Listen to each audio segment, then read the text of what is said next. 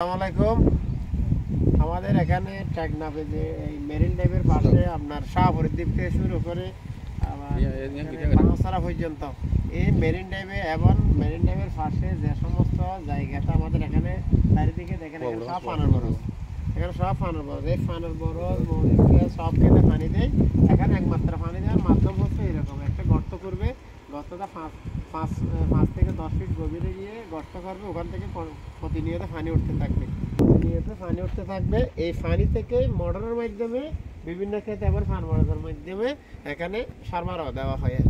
এখানে এই পানিটা যখন একবার টান দিবে তখন যখন কমে যাবে আবার কিছুক্ষণের জন্য এটা স্টপ করে রাখবে। স্টপ করে রাখার পর পরবর্তী যখন আবার পানি উঠবে তখন আবার একটু টেনে ওখানে মেশিনের মাধ্যমে পান বড় বিভিন্ন ক্ষেতের মধ্যে দিবে। এটা যদি এভাবে যদি আমাদের এখানে যারা কৃষক আছে বিভিন্ন এনজিও সংস্থা থেকে বিভিন্ন সরকারি বা বিভিন্ন ধরনের অনেক সময় কৃষকের জন্য অনেক কিছু দেওয়া হয়, সেক্ষেত্রে যদি এখানে যদি আমাদের এই যারা এখানে মোটরের মধ্যে পানি দেয় ওরা কিন্তু এই কারেন্টের লাইনটা আনতে হয় অনেক দূর থেকে, প্রায় 2 কিলোমিটার 3 কিলোমিটার দূর থেকে এই পানিটা আনতে হয়, যে কারেন্টের লাইনটা আনতে হয়।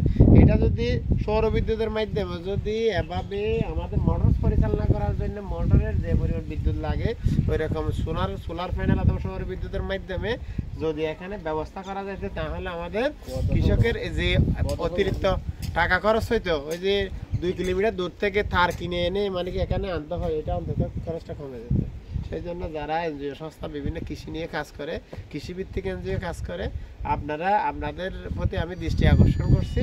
এই ধরনের যারা এভাবে কূপ থেকে পানি দেয় তাদের জন্য এই অতিরিক্ত টাকা খরচ না হয়, সেই জন্য সৌর বিদ্যুতের মাধ্যমে যদি এভাবে পানি তোলার ব্যবস্থা করা হয় তাহলে কৃষক উপকৃত হবে। ধন্যবাদ।